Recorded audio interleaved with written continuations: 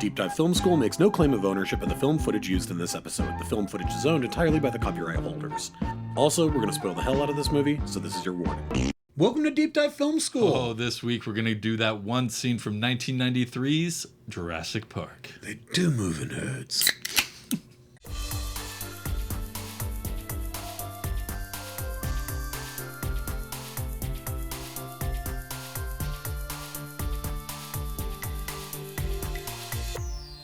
All right, everybody, I am Adam Sherlock. And I'm Adam Palcher. If you like what you see /here, please like and subscribe. You can find us in all the spaces and places that people what? Find good media. That is right. That's right. Our best platforms to follow us are YouTube, obviously, that's our biggest one. Instagram and TikTok are the most active as well. So please join us on this journey and hopefully play along with us as well. That's right. And we do festivals, 101s, and every other week we do a scene analysis. This is that one scene from Jurassic Park. Obviously, yes. There's a lot that we could choose from. Sure. You could do the opening reveal. We thought about it, right? Yeah, but I mean, I think you get this one. Where it's just like, oh, she can't take her glasses off.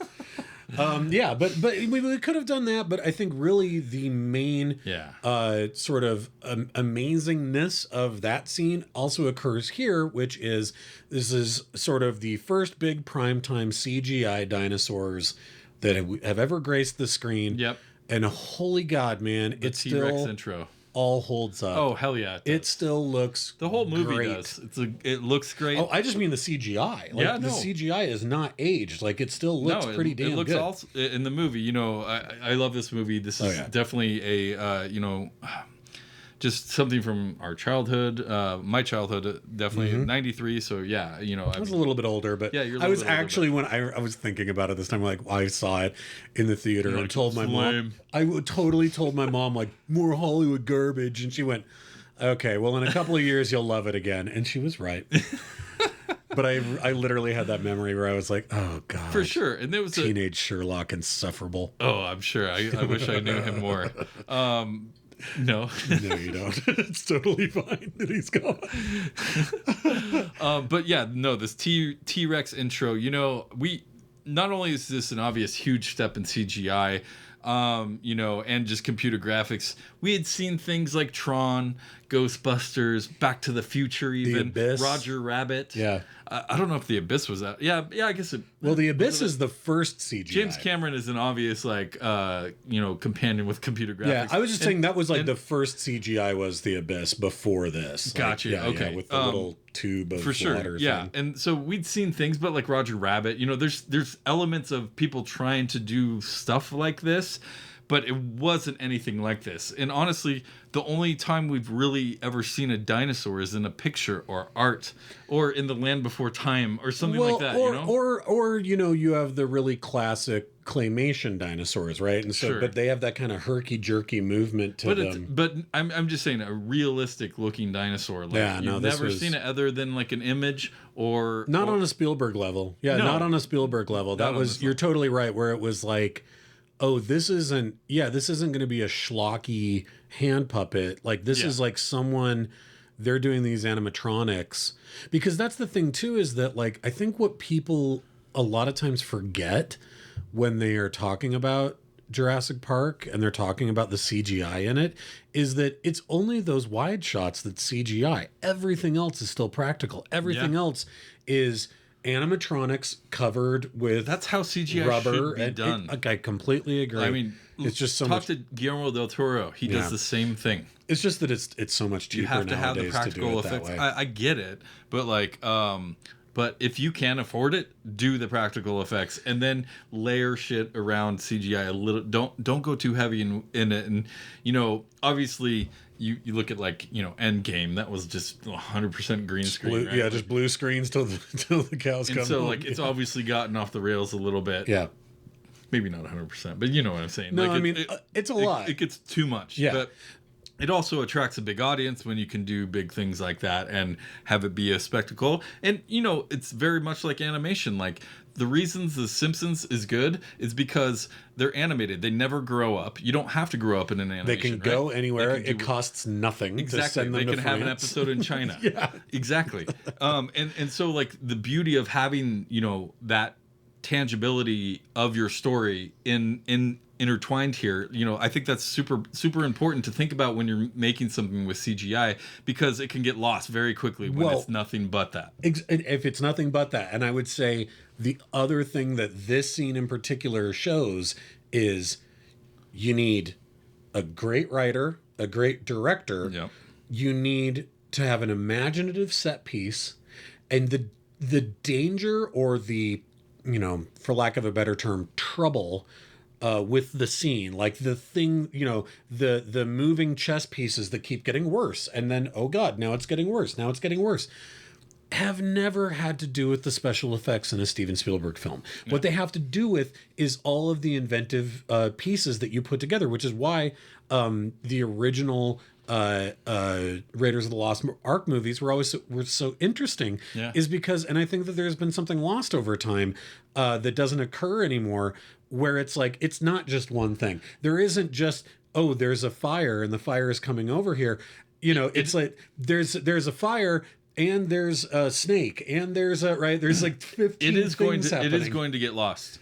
Yeah. It is going to get lost eventually. We will not see practical effects used nearly as much. I mean, we already don't as much as we should. Right. But you're talking about a new generation of directors that grew up having CGI and watching movies like Jurassic Park that will always have a computer to help them along, where these guys had to figure it out on their own, right? Before it was that advanced. Well, right? And I think that they're doing a wilder they're doing wilder things back then with these practical effects, because in this T-Rex sequence, first of all, let's talk about how it starts. Yeah. The kids are in the one Jeep with the lawyer. Which is, and you need that. You have to have them separate. Yep, they're separate. And then Sam Neill and Jeff Goldblum are... Goldblum, sorry, are in the other Jeep, and the power goes out, so they're all just sitting there. And you're like, this is a movie about dinosaurs, right? This is a movie where dinosaurs are alive again, but all of a sudden, we're sitting, waiting for the power to be restored, and it's raining. And there isn't even any music. It's completely quiet, and everybody's bored. And you just go, oh, this feels like Jaws. Right, like we're suddenly you're like, we're deep in this setup. No, right? We're winding up the tension. He uses his own trope in this movie. It's amazing. I mean, I guess he can because he made it. Well, he created it, but just this deeply quiet moment. No, you know, all this waiting, no music. We're just sitting them with the car, and the boy has the night vision binoculars, which is so great. Yeah, and you know the way that the weather is kind of beating on the car, and it's dark, but it's not so dark that we can't see. You know, everything's sort of blue tinted, and then all of a sudden it's like, where'd the goat go? You know, the goat that's been chained up in the T-Rex's pen. And that's, again, that's the first piece of the Rube Goldberg machine, right? The goat being gone is the marble being placed onto the Rube Goldberg machine. It's starting. The visuals of how the dangers unfold, the claw on the Danger 10,000 volts and just like pulls it off.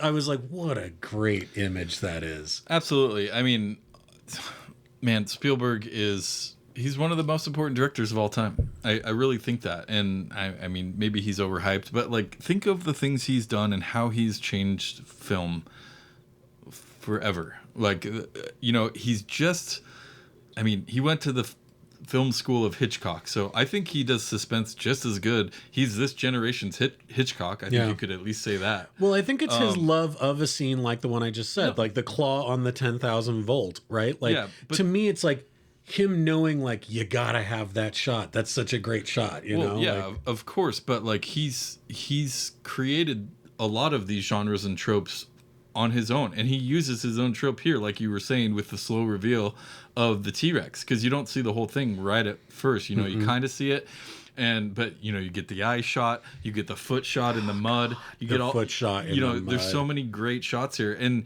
it is super suspenseful because of all the things you're talking about. The no music, that them being split up, it's raining, power's off, like all the worst situations. The water cup with the little whoop, whoop, whoop, and again, another that's a famous scene, right? That's so famous. Everyone knows that. But just like Hitchcock, you think you're in a safe place, you know, hey, this is, you know, and then all of a sudden all the shit starts happening, and then you're definitely not, and now you're on the run. Yep. And man, I just remember seeing this movie in theaters and just being gobsmacked about it, and I probably saw it 5 times. I'm sure I wasn't as angsty as you were. I guess I wish it took me years. It took me years, and I mean, I did see it in the theater, but no, you're absolutely right. I mean, in all of these, again, I talk about the set pieces, but it's such important details that I think often get misused or lost, or they feel super contrived, where none of that is true here.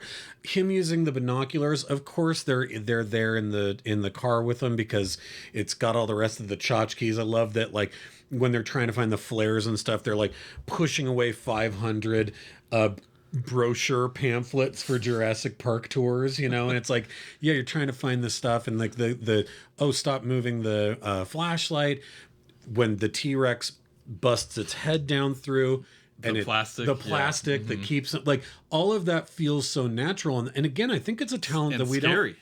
So scary. Oh, very scary, but I think none of it feels contrived. None of it doesn't feel forced. And I think that Spielberg's always been really good at that, of being able to, you know, there's a rope that's right there for Indiana to grab a hold of, but in a scene 5 minutes ago, you saw that someone was tying those ropes up there because that's part of their job, and we met that guy for a second, right? Like he covers his own ass with a thing that he needs later to make a joke work, or to make you know, and not even a joke, but like the punchline to an action sequence do the right thing.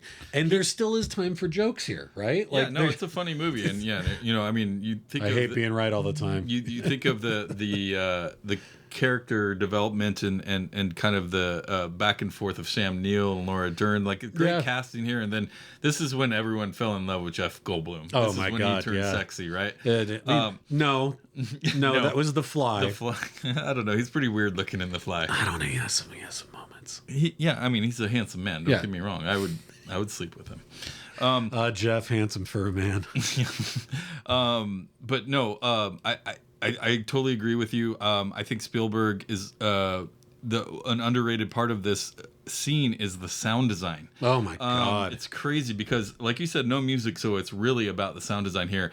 And you kind of get that slow build with him coming, those deep whatever. Maybe it's the power trying to come back on. You're like, oh, you poor bastard. You idiot. It's the stupidest thing you can say. Absolutely. Yeah, it's so dumb.